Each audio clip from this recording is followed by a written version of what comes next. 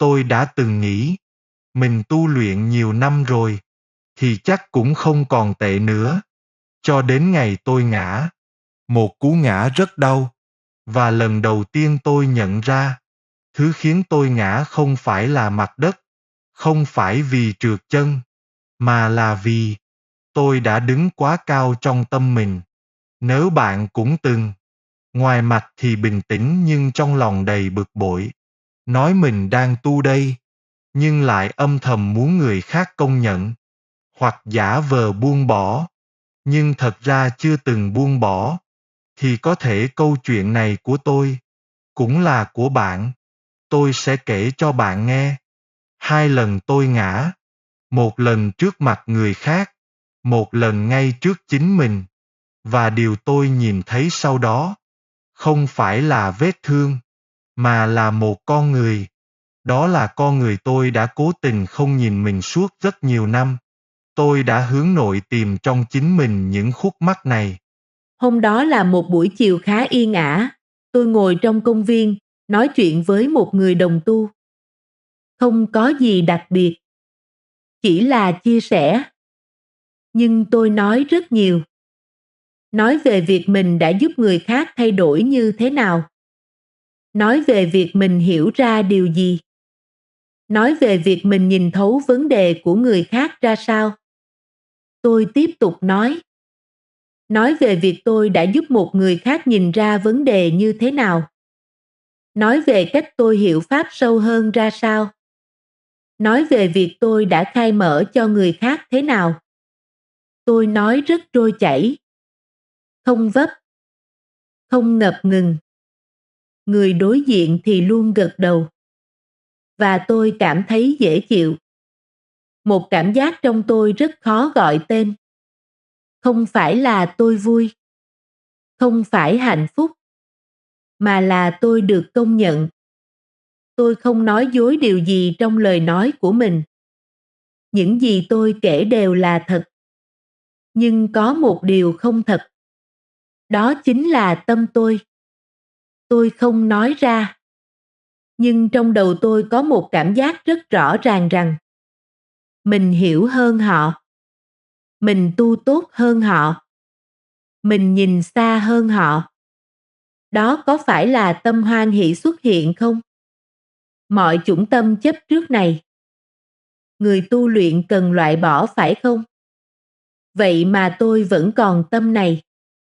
Một lúc sau, cuộc nói chuyện trong công viên của chúng tôi cũng đi đến hồi kết. Chúng tôi đứng dậy, đi về phía trạm xe buýt. Tôi vẫn còn đang nói dở câu chuyện của mình. Và rồi, tôi vấp. Không phải trượt nhẹ, mà là một cú ngã xuống đất rất rõ ràng. Âm thanh va chạm rất lớn. Mọi người xung quanh quay lại nhìn. Tôi nằm đó với lòng bàn tay rát, đầu gối đau, và một cảm giác khó tả. Tôi không xấu hổ vì mình ngã, mà là có thứ gì đó trong tôi vừa bị lật tung ra trong các chủng tâm của mình. Tôi không đứng dậy ngay. Tôi cúi đầu, tim đập nhanh. Tôi nằm đó vài giây, và trong đầu chỉ có một câu hỏi. Tại sao điều này lại xảy ra? Tôi biết, với người thường, đó chỉ là một cú vấp ngã thực sự bình thường. Nhưng với tôi coi không có chuyện gì là ngẫu nhiên. Tôi bắt đầu nhìn lại. Không phải nhìn lại bước chân, mà nhìn lại từng ý nghĩ vừa rồi đã qua, từng câu nói, từng cảm giác, và rồi tôi thấy, không phải thấy người khác sai, mà thấy chính mình sai. Đó là cái cảm giác muốn người khác công nhận, cái cảm giác muốn chứng minh mình hiểu, cái cảm giác rất kín đáo nhưng lại rất mạnh. Đó là tâm thích hiển thị. Tôi đã mang nó theo mà không hề biết. Tâm hiển thị trong tôi vẫn còn âm ỉ, cái mà mình muốn chứng minh, muốn thể hiện nơi người thường. Ngay cả với đồng tu hay người thường, thì ta gọi đó là tâm hiển thị. Có phải vậy không? Có một điều mà trước đây tôi luôn tin, rằng chỉ cần mình nói điều đúng, thì tâm mình cũng là đúng. Nhưng không phải. Tôi có thể nói những điều rất tốt, nhưng bên trong lại là một nhu cầu rất người thường. Đó là muốn được nhìn nhận, muốn được công nhận và muốn được hơn người khác một chút. Tối hôm đó, tôi ngồi một mình. Không ai nói gì với tôi cả. Nhưng tôi không thể yên trong lòng. Tôi bắt đầu nhớ lại từng câu mình đã nói. Rằng tôi đã giúp. Tôi hiểu. Tôi chỉ cho. Tôi càng nhớ càng thấy lạnh người. Tôi nhận ra một điều mà trước đó tôi chưa từng nhìn thẳng sự thật. Đó là tôi không phải đang chia sẻ. Tôi đang khoe khoang.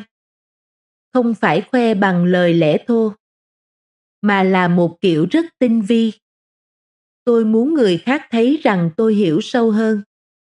Tôi tu tốt hơn và tôi ở tầng cao hơn. Tầng thứ cao là do đâu? Do tâm tính được đề cao. Khi đó tầng thứ của mình mới được đề cao. Bạn có nghĩ vậy không? Và đáng sợ nhất là tôi không hề biết mình đang làm vậy. Tôi vẫn nghĩ mình đang giúp người. Nhưng sâu bên dưới là một cái tôi rất lớn. Một cái tôi cần được nhìn thấy. Một cái tôi cần được công nhận. Tôi im lặng rất lâu. Rồi tôi hỏi chính mình rằng nếu không ai công nhận, mình còn muốn nói nữa không? Tôi không trả lời được. Tôi từng nghĩ đó là chuyện nhỏ. Nhưng thực ra nó ăn rất sâu vào tâm hồn tôi. Nó khiến tôi không thực sự lắng nghe người khác. Nó khiến tôi chia sẻ không phải để giúp người khác, mà là để khẳng định mình. Tôi không nhận ra điều đó. Vì nó không ồn ào. Nó rất hợp lý và nó rất đúng. Nhưng nó lại rất không thuần tịnh. Bạn có thấy tôi bị như vậy không?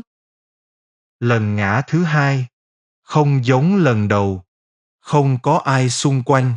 Chỉ có tôi và một không gian rất yên tĩnh. Tôi đang vội ra ngoài. Trong đầu có nhiều thứ nghĩ lung tung. Có một chút bực bội vì một câu nói trong nhà. Có một chút lo lắng vì một việc chưa dám đối diện. Và cũng có một chút bất an mà tôi không muốn thừa nhận. Tôi bước nhanh. Và rồi, tôi ngã. Cú ngã này đau hơn. Nhưng cái đau lớn hơn là khi tôi nằm đó và nhận ra rằng mình không hề ổn như mình nghĩ. Tôi đã từng nói về tâm bình hòa, nhưng chính tôi lại đang đầy dao động. Tôi từng nói về buông bỏ, nhưng tôi vẫn còn giữ rất nhiều thứ. Đâu đó trong đầu tôi thấy oán trách chính mình, sợ hãi chính mình, và cả sự miễn cưỡng đối diện với chính mình. Khoảnh khắc đó, tôi không còn gì để bào chữa nữa. Tôi chợt hiểu, mình không hề ổn như mình nghĩ. Lần này tôi nhận ra tâm buông bỏ. Tôi tu luyện nhưng chưa bỏ đi những tâm người thường. Tôi đã học cách buông bỏ, nhưng chưa buông bỏ hết trong tâm. Và chính nó làm nặng đôi chân của mình. Đó chính là lý do tôi bị ngã. Có phải vậy không? Sau này tôi mới hiểu. Không chỉ riêng tôi. Rất nhiều người đều đang sống trong một trạng thái giống như vậy. Bên ngoài thì cố gắng đúng. Bên trong thì rất nhiều mâu thuẫn. Chúng ta dễ nhìn thấy lỗi của người khác, nhưng rất khó nhìn thấy động cơ của chính mình. Chúng ta sợ bị đánh giá, nhưng lại âm thầm đi đánh giá người khác. Chúng ta muốn bình an, nhưng lại không dám đối diện với những thứ làm mình bất an. Và rồi, khi cuộc sống đẩy chúng ta một cái, chúng ta gọi đó là xui xẻo. Nhưng có thể, đó là lúc sự thật bắt đầu lộ ra điều của chính ta đang vướng mắc. Tôi nhận ra rằng, thứ đáng sợ nhất không phải là sai, mà là không biết mình sai. Chúng ta rất dễ tỏ ra bình tĩnh, nói những điều đúng và làm những việc có vẻ tốt. Nhưng bên trong lại đầy oán trách, đầy những hơn thua. Tâm sợ hãi bao trùm. Và cả sự ích kỷ của mình ẩn rất kín trong đó. Xã hội này không thiếu người nói hay, nhưng lại rất hiếm người dám nhìn thẳng vào mình. Và tôi đã từng là người như vậy. Sau 2 lần ngã đó, tôi không thay đổi ngay lập tức. Nhưng tôi bắt đầu chậm lại trong hành động và suy nghĩ. Trong cách nhìn nhận người khác. Khi muốn nói tôi tự hỏi. Mình đang muốn giúp người khác hay muốn thể hiện đây? Khi khó chịu thì tôi tự hỏi. Đây là vấn đề của người khác hay là của mình đây? Khi sợ hãi tôi không né nữa. Tôi nhìn thẳng vào nó. Không phải để thắng nó, mà để hiểu nó. Dần dần tôi thấy một điều rất rõ. Rằng khi mình không còn cố chứng minh điều gì, thì lòng mình nhẹ đi rất nhiều. Tôi vẫn còn chấp trước. Chấp trước vào việc người khác phải theo ý mình. Chấp trước vào việc được công nhận. Chấp trước vào cảm giác an toàn. Và cả sự sợ hãi mà tôi không muốn thừa nhận. Tôi không thấy xấu hổ. Tôi thấy nhẹ đi rất nhiều. Vì tôi nhận ra mình còn có tâm sợ hãi. Tâm sợ hãi này. Là người tu luyện thì chúng ta cũng cần loại bỏ nó. Có đúng vậy không? Có những cú ngã không phải để làm bạn đau, mà để bạn thấy mình đã đứng sai chỗ từ rất lâu. Đó là do tâm tính bị đứng lại. Tâm tính không đề cao lên. Vậy sao công lên cao được? Người ta không ngã vì chân yếu. Người ta ngã vì vẫn còn giữ thứ không nên giữ trong lòng. Khi hiểu được đến đây, tôi lặng lẽ vào căn phòng nhỏ của mình, cầm sách chuyển Pháp Luân lên đọc một cách trân trọng, và coi cú ngã của mình là bài học. Nó nhắc cho mình biết rằng, mình nên bỏ các chủng tâm chấp trước mỗi ngày. Nếu bạn đã từng có một khoảnh khắc mà bạn nhận ra, mình không giống như mình nghĩ, có lẽ lúc đó bạn sẽ không cô đơn. Bạn có thể chia sẻ, hoặc chỉ cần giữ lại cho riêng mình. Nhưng hy vọng, nếu khi ta vấp một điều gì đó, bạn sẽ không vội đứng dậy, mà sẽ nhìn xuống, xem mình đã bước như thế nào. Cảm ơn bạn đã xem video này. Nếu có các chia sẻ của bạn ở phần bình luận, tôi luôn đọc, suy ngẫm và tiếp nhận. Trân trọng cảm ơn.